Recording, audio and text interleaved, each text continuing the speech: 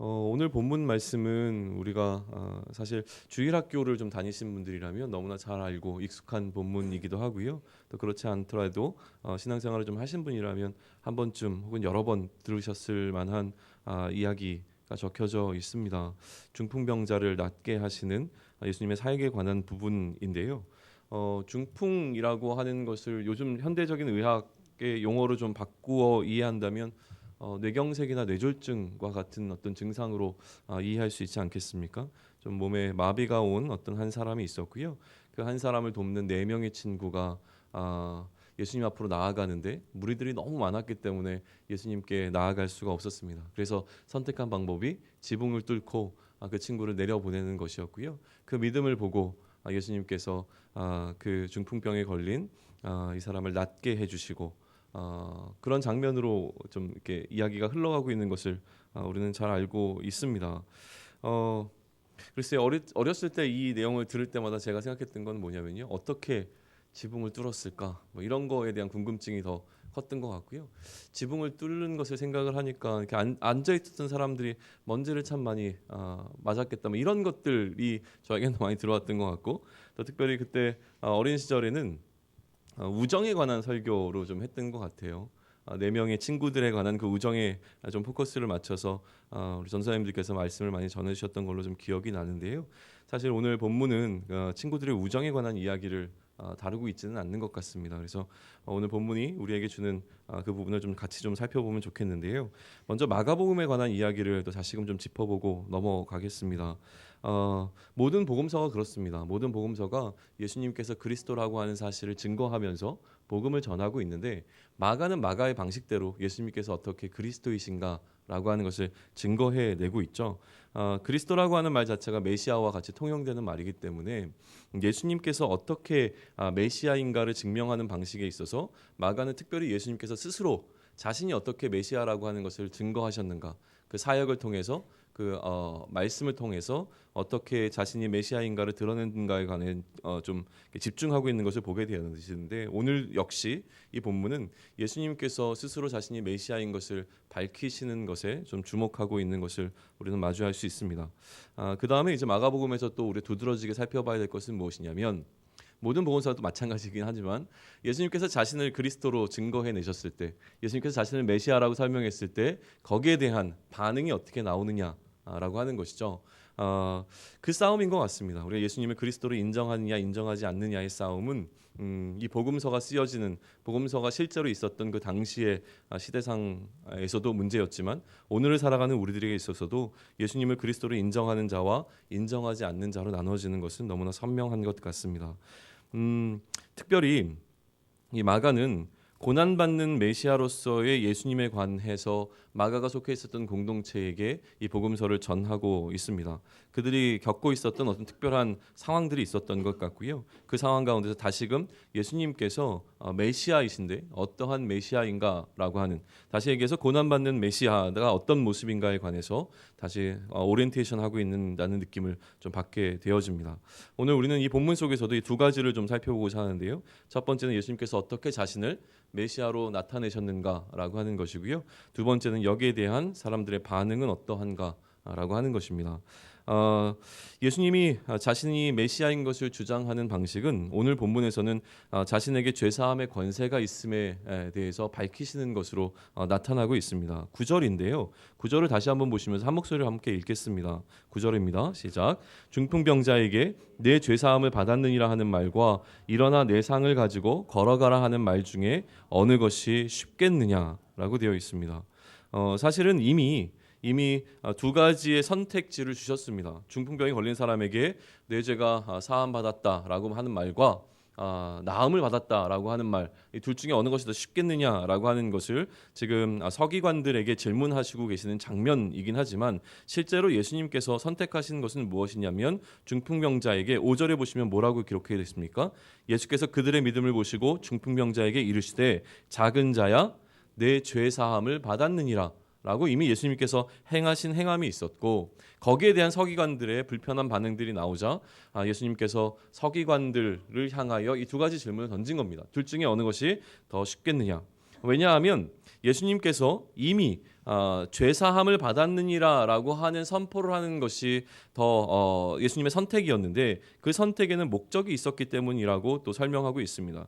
예수님께서 스스로 밝히시는 그 목적은 무엇이냐면 10절에 등장하고 있는데 왜 죄 사함을 받았느냐고 이야기했냐면 인자가, 다시 얘기해서 예수님께서 땅에서 죄를 사하는 권세가 있는 줄을 그 가운데 있는 모든 사람들에게 밝히기 위해서 그렇게 하셨다라고 설명하고 있는 것이죠. 그런데 여기서 약간 좀 생각해 보아야 할 부분이 하나 있습니다. 무엇이냐면 과연 어느 것이 더 쉬운가라고 하는 것이죠. 여러분들은 어떻게 느껴지십니까?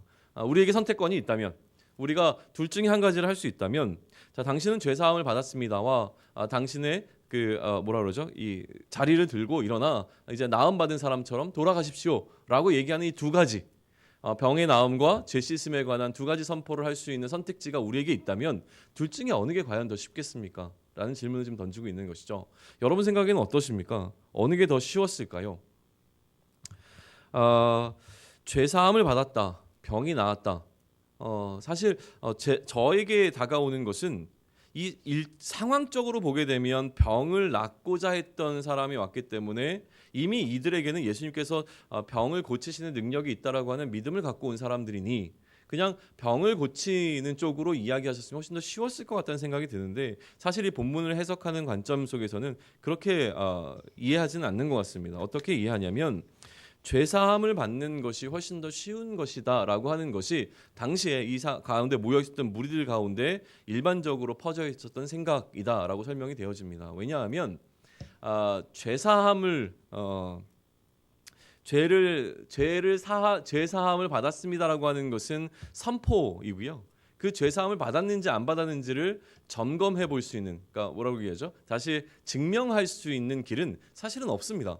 그렇게 선포로 끝나는 경우가 많은 거죠. 그런데 병을 나았다라고 선포하는 것은 실제로 그 사람이 병 나은 것을 사람들이 목도하고 실제 병이 나았는지 안 나았는지를 테스트해 볼 수 있기 때문에 오히려 병 나음에 관한 선포가 훨씬 더 어렵게 느껴지는 상황이었다고 하는 것이죠. 쉬운 쪽은 죄사함을 받았다라고 이야기하는 것이 더 쉬운 부분으로 이해가 되어졌습니다. 그렇게 말하는 것은 어렵지 않은데, 그런데도 불구하고 서기관들 마음에 불편함으로 다가왔던 것은 무엇이냐면 자신들도 그러한 선포를 할 수 있지만 중요한 것은 그러한 선포를 실제로 할 수 있는 권위를 갖고 있는 분은 하나님 한 분밖에 안 계신다라고 하는 것이 이들 마음의 불편함으로 다가왔다라고 하는 것이죠. 이 이야기를 조금 더 살펴보기 앞서서 우리가 좀 같이 논의해 보고 싶은 것은 무엇이냐면 실제로는 병을 낫게 하는 것보다 죄를 사하는 것이 훨씬 더 어렵다고 하는 사실이 이 이면에 깔려 있는 것을 놓치면 안 된다라고 하는 것입니다. 왜냐하면 죄사함은 정말 가능해지는, 죄가 사하여지는 그 선포는 예수님의 죽음이 전제되지 않고서는 결코 이루어질 수 없는 일이기 때문에 그런 것이죠. 아직 순환 예고가 등장하기 전이긴 하지만 마가복음을 통해서 강조되고 있는 것은 이 예수님의 죽으심에 관한 부분입니다. 예수님은 자신이 죄 문제를 해결할 수 있음에 관해서 선포하고 있습니다. 그러나 마가복음의 초반부이기 때문에 어떻게 그러한 죄 문제를 해결할 것인가가 선명하게 나타나진 않지만 우리는 알고 있는 것이죠. 어떻게 예수님께서는 이 죄 문제를 해결하실 수 있습니까? 자신이 우리의 죄를 대신 짊어지심을 통하여서, 그 죽으심을 통하여서 이 죄 문제를 해결하신다라고 하는 것은 우리는 알고 있는 것이죠. 두 번째로 좀 넘어가겠습니다. 두 번째, 예수님께서 자신이 그러한 죄 문제를 감당하실 수 있는 그리스도라고 하는 것을 선포하신 이후에 이 선포에 대한 사람들의 반응인데요. 마가복음은 전반적으로 충돌의 스토리라고 이해하시는 것이 굉장히 좋습니다. 마가복음은 계속 충돌합니다. 지금도 예수님과 누가 충돌하고 있습니까? 서기관들이 충돌하고 있는 것과 마찬가지로 마가복음 전체의 스토리는요, 계속 충돌되는 스토리로 가득 차 있습니다. 이 충돌을 통해서 무엇이 나타나냐면 신학이 발생하게 되어지는데 크게 구분해서 한 세 가지 충돌로만 정리해 보겠습니다. 첫 번째는 무엇이냐면 영적인 존재와 충돌이 일어납니다.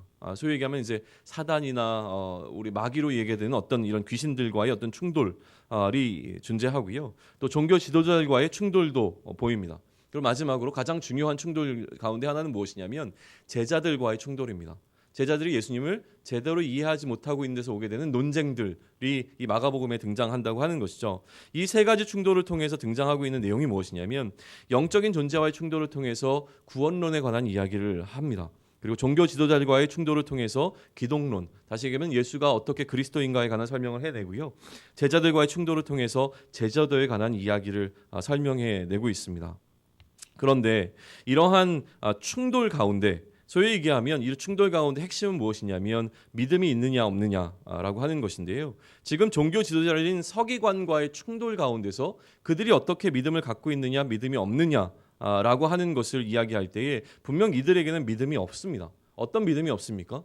예수님을 그리스도로 인정하는 믿음이 없는 상황인 것이죠. 그럼에도 불구하고 지금 마가가 이런 수많은 예수님을 그리스도로 인정하지 못하는 그 상황 가운데서 오게 되는 충돌들 가운데서 중간중간에 끼워놓고 있는 가장 보석처럼 빛나는 이야기들이 있습니다. 마가복음에서 등장하는 그 가장 보석처럼 빛나는 이야기들은 무엇이냐면 작은 자들에 관한 이야기인데요. 이 작은 자들에게 믿음이 존재했습니다. 오히려 믿음이 있어야 할 것 같은 이들에게 믿음이 보이지 않고 이러한 작은 자들을 통하여서 온전한 믿음이 무엇인가라고 하는 것을 빼놓지 않고 삽입하고 있다고 하는 것인데요. 오늘도 그 작은 자가 등장하는데 그 작은 자가 바로 중풍병에 걸린 이 사람이라고 하는 것입니다. 5절에 보게 되면 이렇게 표현하고 있습니다. 예수께서 그들의 믿음을 보시고 중풍병자에게 이르시되 작은 자야라고 부르시는 것이죠. 이 작은 자라고 하는 것에 조금 더 집중해서 마가복음을 보시면 유익이 될 줄로 믿습니다. 이러한 어떤 믿음 있는 자로 표현되어지는 작은 자들의 스토리가 등장하고 있는데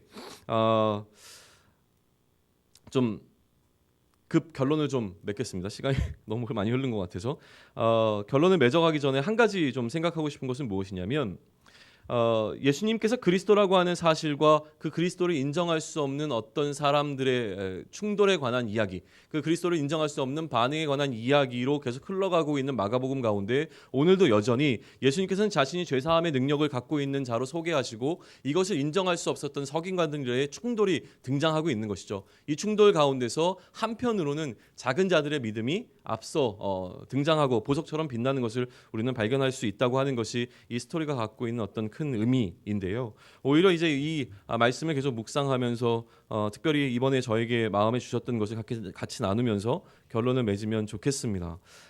이런 생각이 좀 들었습니다. 이제 선교를 저희가 다음 주에 출발하게 되어지는데요. 제가 라오스 선교를 처음 갈 때 우리 교회는 라오스를 이미 여러 번 갔다 왔었거든요. 그러다 보니까 선교를 준비하는 데 있어서 저는 아무것도 모르는 사람이었습니다. 라오스를 많이 갔다 온 사람들이 뭘 얘기를 하면 목사님 라오스는 그렇지 않습니다. 라오스는 이렇습니다라고 얘기하면 그런가? 왜냐하면 저는 라오스에 대한 경험이 전혀 없었기 때문에 그랬죠.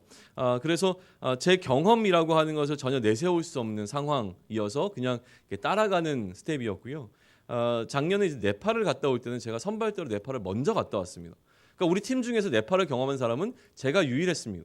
제가 얼마나 교만하고 제가 얼마나 잘난 척을 했을지 상상이 되지 않으시겠습니까? 저만 네팔을 가장 많이 알고 있는 것처럼 이야기를 했던 것이죠. 이번에 캄보디아를 갑니다. 캄보디아를 가는데 오히려 캄보디아는 거기에 현재 선교사님들이 많이 계세요. 그러다 보니까 제가 제 주장을 펼칠 수 있는 여지가 사실은 적습니다. 왜냐하면 캄보디아를 잘 모르고 더 많이 알고 계신 분들이 계시기 때문이죠. 근데 이러한 얼마만한 지식을 갖고 있느냐가 우리에게 힘이 되어지는 것을 느낄 때가 있는데요. 예를 들면 이런 거예요. 식당에 가서 그 식당에 메뉴가 한 20가지, 30가지가 있는데요. 우리가 먹어본 음식은 단 한 가지입니다. 그런데 우리는 그 한 가지로 그 식당을 다 판단을 해버리죠. 내가 먹었을 때 그 한 가지 음식이 너무 맛있으면 그 식당은 대박집입니다. 내가 먹었는데 짜기만 하고 맵기만 하고 맛이 없으면요. 그 식당은 다시 가지 않습니다. 그리고 다른 사람한테 야, 그 식당 새로 생겼다며. 거기 가지 마. 거기 음식 다 짜고 맵고 맛이 없어. 이렇게 표현하는 게 우리라고 하는 것이죠. 단지 그 음식점에 수만 가지는 아니죠. 수십 가지 음식 가운데 한 가지를 맛보았음에도 불구하고 우리는 그 식당을 다 아는 것처럼 이야기한다라고 하는 겁니다. 하나님을 대하는 우리의 태도도 그렇지 않은가라는 생각을 합니다. 우리가 갖고 있는 하나님에 관한 지식은 굉장히 제한적입니다. 그런데 그 하나님에 관한 제한적인 지식을 가지고 우리가 하나님의 일하심을 판단하는 것에 너무나 익숙하다라고 하는 것인데요. 서기관들의 문제는 무엇이냐면 그들이 하나님을 잘 알고 있다라고 하는 것이 오히려 예수님을 이해하고 받아들이는데 걸림돌이 되고 있는 것이 너무나 선명하게 보여졌습니다. 우리의 생각을 뛰어넘어서 일하실 수 있는 분이라고 하는 것에 대해서는 인정할 수가 없었던 것이죠. 무슨 얘기입니까? 예수님께 낫기 원해서 온 사람이 병을 낫는 것은 그것 역시도 굉장히 놀라운 일일 수 있지만 이미 많은 사람들이 예수님께서 기적을 행하시는 것을 보아온 상황이라면, 그렇다면 예수님께서 이 사람을 낫게 하는 것은 그렇게 큰 뭐라 그럴까요? 받아들이기 어려운 문제는 아니었을 것입니다. 그러나 죄사함이라고 하는 부분, 낫는 것을 뛰어넘어 이 죄의 문제를 해결하시는 예수님을 마주했을 때는 당황하게 되는 것이 보여집니다. 우리의 모두의 기대는 어쩌면 예수님은 병을 치유하실 수 있는 분이라는 것은 인정하는 수준까지 갔는지는 모르겠습니다. 그러나 더 큰 믿음을 요구하실 때에 우리는 어떻게 반응할 수 있을까라고 하는 것에 대한 고민을 좀 오늘 같이 하시면 좋을 것 같다는 생각이 듭니다. 믿기지 않은 일이 일어날 때에, 우리의 믿음이 테스트 받게 되어질 때에, 그것이 긍정적인 방향이든 부정적인 방향이든 우리는 우리 더 큰 믿음을 요구하실 때에 어떻게 우리가 반응할 수 있을까에 대한 나 자신을 돌아볼 수 있으면 좋겠는데요. 지금 특별히 오늘 본문은요, 긍정적인 방향으로 우리의 믿음을 요구하심에도 불구하고 우리가 받아들이기 얼마나 어려운지에 관한 부분을 짚어주고 있다는 생각을 하게 되어집니다.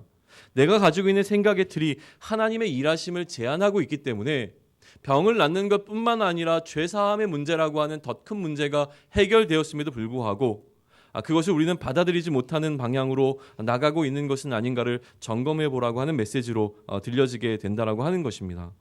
무슨 이야기입니까? 하나님만이 죄를 사하실 수 있다라고 하는 것은 너무나 옳은 생각입니다. 여기에 대한 이해는 있었습니다. 우리도 이것을 인정하고 있습니다. 하나님만이 우리의 죄를 해결하실 수 있는 분인 것을 이해하는 것은 어쩌면 어렵지 않았습니다. 그런데 어디에서 어려움이 왔습니까? 그 하나님께서 그 죄를 해결하기 위하여 인간의 모습으로 이 땅에 오실 것에 관해서는 전혀 상상하지 못하고 있었던 것이 이 부분을 받아들일 수 없는 가장 큰 걸림돌이 된 것입니다. 우리 인생에 하나님의 일하심이 나타나는 것은 당연합니다. 그러나 나의 기대를 뛰어넘는 방식으로 그 일하심이 나타날 때에 거부하지 않는 우리가 되었으면 좋겠습니다. 하나님은 너무나 크십니다. 그 하나님의 크신 하나님의 일하심이 오늘 우리 하루를 가득 채우길 소망합니다. 그렇게 하나님의 크심이 오늘 우리의 삶을 가득 채울 때 올바르게 반응할 수 있는 우리가 되었으면 좋겠습니다. 내 주변에 있는 많은 사람들과 환경을 통해서 하나님께서 일하실 때에 하나님의 일하심을 나의 짧은 생각과 알량한 마음으로 비아냥거리지 않기를 소망합니다. 하나님의 일하심에 올바르게 반응하는 우리가 되기를 다시금 축원하고 소망합니다. 기도하겠습니다. 하나님, 우리의 생각을 뛰어넘어 일하시는 하나님을 마주하게 되니 참 감사합니다. 하나님께서 우리의 죄를 사하실 수 있는 분이라고 하는 고백이 우리에게 있었지만 그 하나님께서 우리의 모습을 동일하게 입고 오셨을 때에 인정할 수 없었던 어떠한 사람들과 같은 거부감이 우리에게 있지 않은지 다시금 돌아봅니다. 하나님의 일하심이 나를 통하여서, 우리 주변을 통하여서, 우리 공동체를 통하여서, 우리의 상황을 통하여서 일어날 때에 하나님, 그 상황 가운데 내가 하나님의 일하심을 제한하지 않게 하시고 온전하게 그 모든 상황 가운데서 일하시는 하나님의 손길을 느끼며 그 하나님을 맛보며 오늘 하루도 힘차게 살아갈 수 있는 우리 모두가 될 수 있도록 인도하여 주시옵소서. 이 모든 말씀 우리 주 예수 그리스도의 이름으로 기도드렸사옵나이다. 아멘. 하늘에 계신 우리 아버지여,